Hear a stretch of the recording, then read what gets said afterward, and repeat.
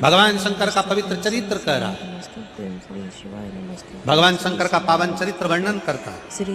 मान लो कोई व्यापार, कोई दुकान, कोई फैक्ट्री आपकी ठीक नहीं चल रही है, आप ठेला लगा रहे हो, सब्जी की दुकान लगा रहे हो, कोई दुकान खोल कर बैठे हो, कोई फैक्ट्री लगा कर बैठे हो, कोई व्यापार कर रहे हो और उस व्यापार में तुम्हें आनंद नहीं आ रहा, बहुत तकलीफ चल रही है, बहुत तकलीफ, सब कुछ करके देख लिया पर वो तकलीफ मिटी नहीं रही, तो थोड़े दिन, थोड़े समय किसी भी शंकर के मंदिर में बटकेश्वर महादेव के नाम से एक बेलपत्र चढ़ाने का तरीका जरा समझ लेंगे। आप अगर जिस दिशा में खड़े हो, अगर आप शंकर के शिवलिंग के इधर हो तो बेलपत्री का डंडी का मुख आपकी ओर होना चाहिए, आप इधर हो तो डंडी का मुख उधर हो, आप उधर हो तो डंडी का मुख उधर हो, आप इधर हैं तो डंडी का मुख इधर हो। बटकेश्वर महादेव के नाम से शंकर जी के मंदिर में एक बेलपत्री पर डंडी का मुख अपनी ओर होना चाहिए, जो डंडी है इसका मुख अपनी ओर। बटकेश्वर महादेव के नाम से एक बेलपत्र शंकर भगवान को समर्पित करो बटकेश्वर महादेव के नाम से, और बेलपत्र चढ़ाने के बाद में जो तुम्हारे कलश में जो जल है, लोटे में जो जल है, वो 7 बार, लोटे का जल 7 बार, 7 बार से मतलब है अलग से लोटा भरना नहीं है, 7 बार उसी लोटे का जल जब बेलपत्र डंडी समेत समर्पित कर दें, 7 बार उस लोटे के जल को 7 बार बटकेश्वर महादेव का नाम लेकर अपनी मन की कामना कर कर बाबा से विनती करते हुए कि बाबा मेरी ये छोटी सी अर्ज स्वीकार करते, 7 बार उस जल को चढ़ाओ। लगातार कम से कम आप 15 से 20 दिन तक लगातार बटकेश्वर महादेव के नाम से चढ़ाओगे, ऐसी कोई दुकान और फैक्ट्री नहीं तो चले नहीं और आगे बढ़े नहीं और काम सुलझे। बटकेश्वर महादेव, भगवान शंकर का ये नाम, भगवान शिव का ये स्तुति, भगवान शंकर का ये नाम बटकेश्वर महादेव। स्वयं भगवान शंकर ब्रह्मा जी का जब सिर कटकर बड़का पेड़ बन जाता है और उस पेड़ के नीचे, वृक्ष के नीचे शंकर भगवान विराजमान हो जाते हैं, शिव जी उसके नीचे विराजमान हो जाते हैं, उसी का नाम बटकेश्वर महादेव पर। बटकेश्वर दुर्वा, और उस 7 दुर्वा को जो ये समझ लेना जरा, जिसका आधा सिर दुखता हो, पूरा सिर दुखता हो, नेत्र में भुकुटियां दुखती हो, सुबह से लेकर रात तक घबराहट उत्पन्न होती हो, बेचैनी होती हो और बहुत ज़्यादा तकलीफ में चक्कर जैसा बना रहता है, उसके लिए यक्षेश्वर महादेव की आराधना का स्मरण करेगा। ये शिवलिंग है, जलाधारी है, यहाँ से पानी बहता है। 7 दुर्वा 7 स्थानों पर जलाधारी पर रख दीजिए, 7 स्थान, 7 ही स्थान पर जल चढ़ाना प्रारंभ करो। जो 1 लोटा जल आप लेकर गए हो 7 स्थान पर चढ़ाइए, उसके बाद में बचा हुआ जल शिवलिंग पर चढ़ा दीजिए। यक्षेश्वर महादेव का नाम लेकर एक एक दुर्वा को उठाकर रख लीजिए, यक्षेश्वर महादेव का नाम लेकर वो दुर्वा वापिस लेकर आ जाओ। 7 दिन तक सुबह सुबह बिना कुछ खाए उस एक एक दुर्वा को यक्षेश्वर महादेव का नाम लेकर चबा चबा कर खाना प्रारंभ करो। 7 दिन तो जाने दो, 2 दिन के अंदर ही जिसका भी सुबह से लेकर रात तक सिर में दर्द रहता है वो धीरे धीरे धीरे धीरे बंद होना प्रारंभ हो जाएगा और शरीर में जो भी तकलीफें हैं वो रोग धीरे धीरे समाप्त होगा। यक्षेश्वर महादेव शिव जी प्रसन्न हो जाते हैं एक चुटकी भस्म से। केवल एक चुटकी भस्म तू शंकर भगवान को चढ़ा। शंकर भगवान को भस्म प्रिय है। क्यों प्रिय है?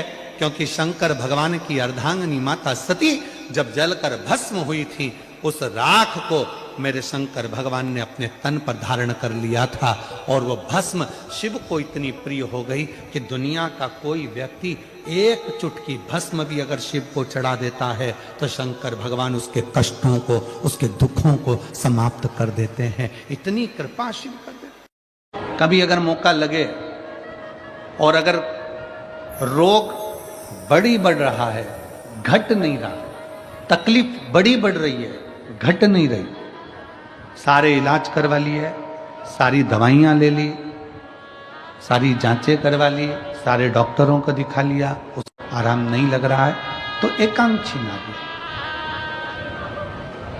और उस एकांक्षी नारियल के साथ में 7 दुर्वा,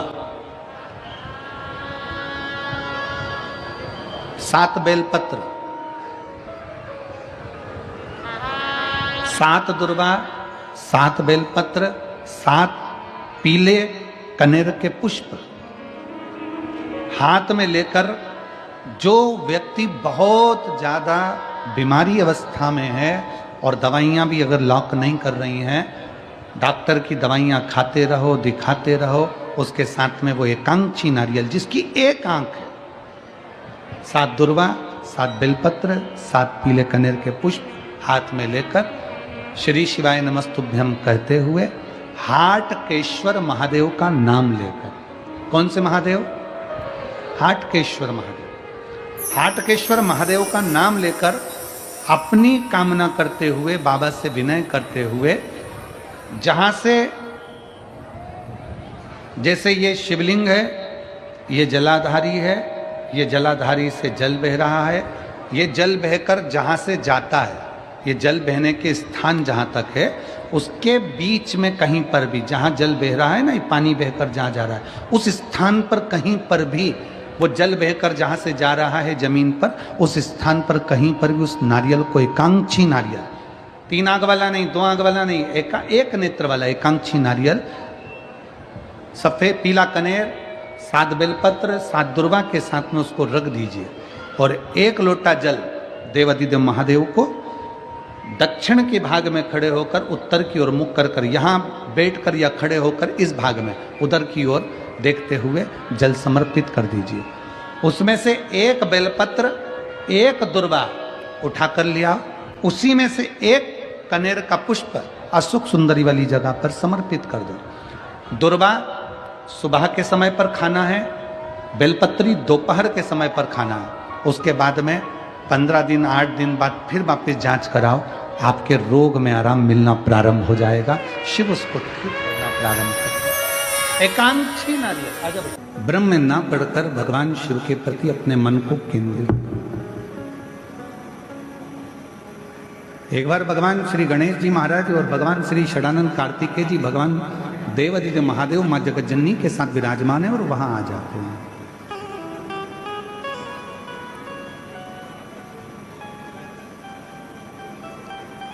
देवताओं ने जब भगवान शिव जी से बहुत विनय करा कि ये सोने का सिंहासन ले लो, ये वस्तु ले लो, ये सामग्री ले लो, शिव ने कुछ नहीं स्वीकार, कुछ भी।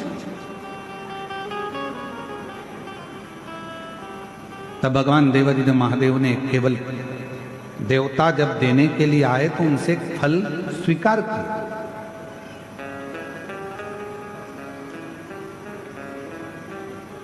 एक फल स्वीकार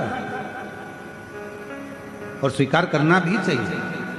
शिव महापुराण की कथा कहती है कि जब हम कई तीर्थ में जाते हैं या हम किसी पुण्यमय स्थल पर जाते हैं या कोई पवित्र धाम पर पवित्र आयोजन में जाते हैं, तो प्रयास करा करो कि वहां अगर कुछ थोड़ा सा भी जल का आचमन मिल जाए, थोड़ा सा।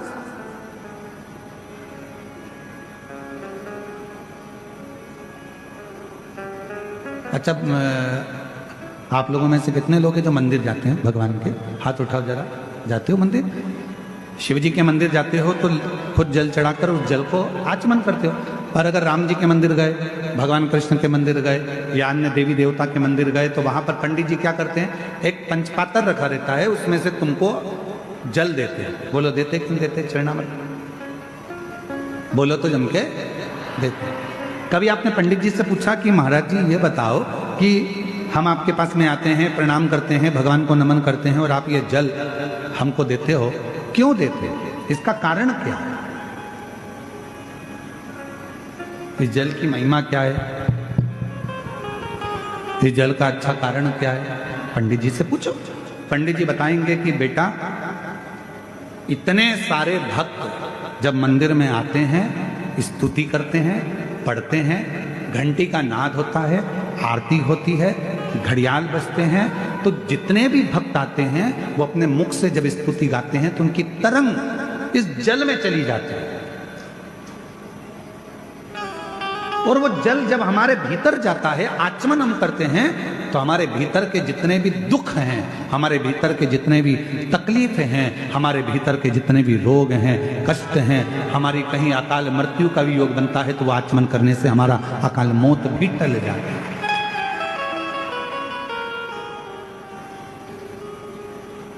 हमारे भीतर के सारे दोष समाप्त होते चले जाते। उस जल में इतना बल उत्पन्न हो जाता है। अब सारे देवता आए और देवताओं ने आकर विनय करा, निवेदन करा कि शिव जी आप ये ले लो, शिव जी आप वो ले लो। शंकर जी ने कुछ नहीं लिया, शिव जी ने केवल एक फल, भगवान शंकर ने केवल एक फल, केवल एक फल, जो भगवान देवादिदेव महादेव के पास में। थोड़ी देर बाद भगवान श्री गणेश जी महाराज आ गए। गणेश जी ने उस फल को देखा, विनय करा पिताजी से कि ये फल आप मुझे दे दो। पिताजी ने नहीं दिया। थोड़ी देर बाद में षडानंद कार्तिकेय जी आ गए। कार्तिकेय जी ने आकर कहा कि ये फल आप मुझे दे दो। कार्तिकेय जी को भी भगवान ने फल नहीं दिया, फल प्रदान नहीं किया। माँ जगत जननी अम्बा जगदम्बा ने कहा कि तुम्हारे दोनों पुत्र फल मांग रहे हैं और आप नहीं दे रहे। शिव जी कहने लगे ये वो फल है जिसको मैं आधा नहीं कर सकता।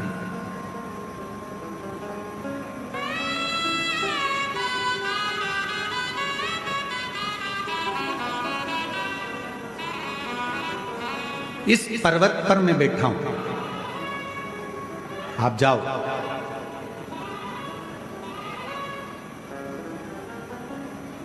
जो पृथ्वी की परिक्रमा कर कर पहले आएगा ये फल उसको दे दिया गया। ये फल मेरे पास में रखा है और मेरे पास में ये फल है जो जाए परिक्रमा करने के लिए। जो पृथ्वी की परिक्रमा कर कर प्रथम आएगा वो फल को प्राप्त कर लेगा, ले लेगा। भगवान श्री गणेश जी महाराज बैठ गए अपने चूहे पर, मूसक पर।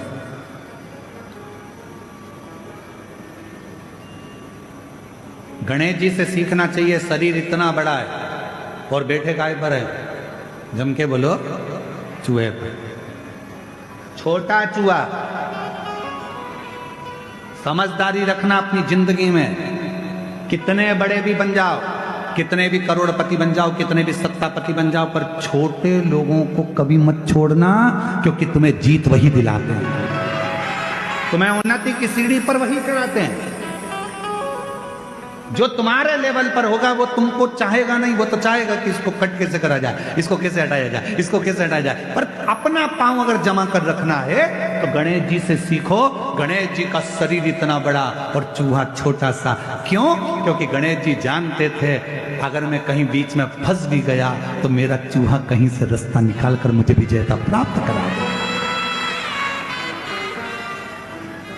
तुम कितने भी बड़े बन जाओ, कितने भी उन्नति की सीढ़ी पर पहुंच जाओ, पर छोटे से सांझा बनाकर चलना, छोटे से साथ बनाकर चलना। एक बात आपसे पूछें, उत्तर दोगे क्या? है कबर दबा लो, जम के तो बोलो, दोगे?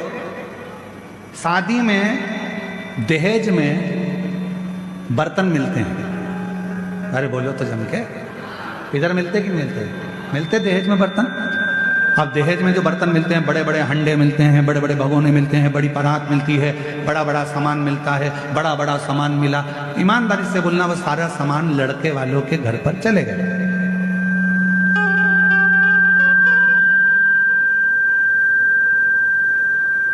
और वो पूरा सामान लड़के वालों के घर पर गया। तुम्हारे भी घर पर आया होगा दहेज में। वो सारे बर्तन जो वहां से दहेज में मिले वो रोज काम में आते हैं क्या? जम के बोलो जरा, नहीं आते। दहेज में जो बर्तन मिले बड़े बड़े बड़े बड़े, वो काम नहीं आते। पर वही दहेज में बर्तनों के साथ छोटे बर्तन भी आते हैं, थाली, कटोरी, चम्मच, छोटी सी प्लेट। तुमने क्या करा? वो बड़े बर्तन तो उठा के ऊपर रख दिए बोरे में बांध कर, और छोटे छोटे जो बर्तन थे उनको निकाल लिया। वो बर्तन रोज काम आ रहे हैं।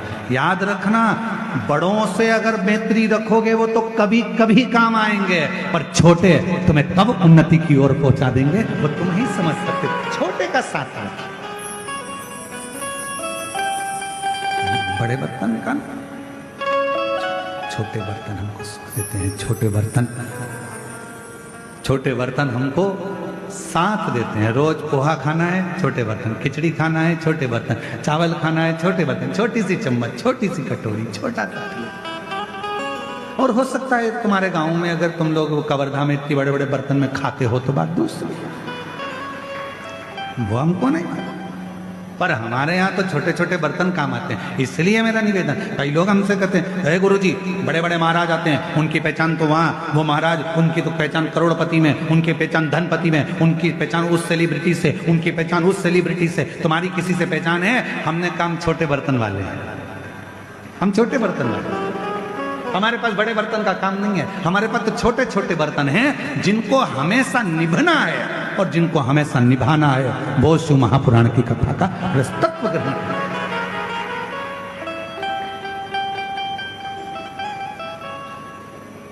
मेरे शंकर भगवान के पास में बड़े बर्तन नहीं है, मेरे शंकर भगवान के पास सब छोटे बर्तन। जितने देवता हैं भगवान नारायण के पास में गरुण जी हैं, वरुण जी हैं, ये हैं, ब्रह्मा जी के पास में ये हैं, और ये हैं, इंद्र के पास में ये हैं, पर शंकर जी के पास में कोई बड़ा नहीं है। शंकर जी के पास में तो डाकनी, पिशाचनी, चुड़ैल, भूत, भयंकर सब। जिनको किसी ने नहीं पूछा उनको शंकर जी ने पूछा, जिनको कोई नहीं माना उनको शंकर जी ने माना। किसी ने कहा तुम्हारे हमारे देवताओं के पास जो पार्षद हैं वो प्रबल हैं, और शंकर जी के पास तो ये डाकनी, पिशाचनी, चुड़ैल, भूत, भयंकर, ये इनमें क्या बल होगा, इनमें क्या दम होगी? शंकर भगवान ने कहा दिखते कमजोर हैं पर होते बलवान, होते बलवान।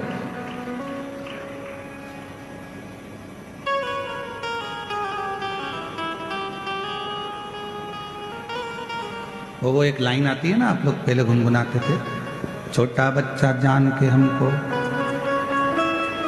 क्या है हमको आता नहीं है, लगा के बताओ ना थोड़ा सा, बोलो बोलो जरा, छोटा बच्चा ना डरा ना रे। हाँ ठीक, कितना सुंदर बात है। फिर उसमें आखिरी में एक बात आती है, तातई दिन्ना, तातई दिन्ना, नाच नचा देंगे। हमको छोटा मत समझना, जितने छोटे हैं इनको छोटा मत समझना, वरना तातई दिन्ना, तातई दिन्ना, नाच नचा देंगे। छोटे को साथ, छोटे को पकड़ लो। बड़े बर्तन कभी कभी काम आएंगे, और छोटा शादी में, चलो और सरल भाषा में समझ लो, शादी हो रही है तुम्हारी लड़की की, तुम्हारे लड़के की, बहुत पैसे वाले रिश्तेदार को बुलाना और बहुत छोटे रिश्तेदार को बुलाना। जो पैसे वाला रिश्तेदार होगा आएगा, लिफाफा पकड़ाएगा और चला जाएगा, और छोटे छोटे जो रिश्तेदार होते हैं वो तो खाना भी परोसेंगे, दरी भी उठाएंगे, काम भी करेंगे, संभालेंगे भी, समझाएंगे भी, और वो पूरी शादी करने के बाद आखिरी में खाना वाना खा के फिर कहकर जाएंगे, चाची जी अब जाऊं, काका जी जाऊं, काम हो गया, और अगर जरूरत पड़े तो बुला लेना, मैं आ जाऊंगा। छोटा कहेगा कि मुझे बुला लेना, छोटा कहेगा मुझे बुलाना, मैं आऊंगा, खड़ा रहूंगा, संभाल लूंगा, और बड़ा फोन लगा लगा कर जाओ, सब आ रहे हो क्या, सब आ रहे हो क्या, सब आ रहे हो क्या, आऊंगा। तिथि को उस चतुर्थी के दिन सात गांठ वाली दुर्वा 21 ले लो, और चतुर्थी के दिन गणेश जी को समर्पित कर दो। पंचमी तिथि को उस दुर्वा को उठाकर दूध में डाल दो, और उस दुर्वा को दूध में डालकर उस दूध में उस दुर्वा को मल लो, और जिसके सफेद चमड़ी पड़ गई हो, चर्म रोग हो गया हो, उस दूध को उस दुर्वा के साथ, दूध नहीं भी हो तो पंचमी के दिन दुर्वा का लेपन शरीर पर कर लें। आधे घंटे तक करने पर पंचमी को प्रदोष काल में स्नान कर लें, महाराज आपको चर्म रोग में आराम लग जाएगा, सफेद चमड़ी अपने असली रंग में आना प्रारंभ हो जाएगी। गणेश पुराण।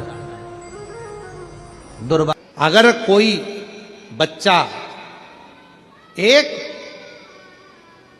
शंख पुष्पी पुष्प को समर्पित कर कर जलाधारी पर, और एक लोटा जल यदि वो समर्पित करता है और उस जल का आचमन कोई बच्चा नित्य प्रति करता है, तो वो बच्चा धीरे धीरे विद्वत्ता धारण करता ही जाता है। जो याद करता है वो भूलता नहीं।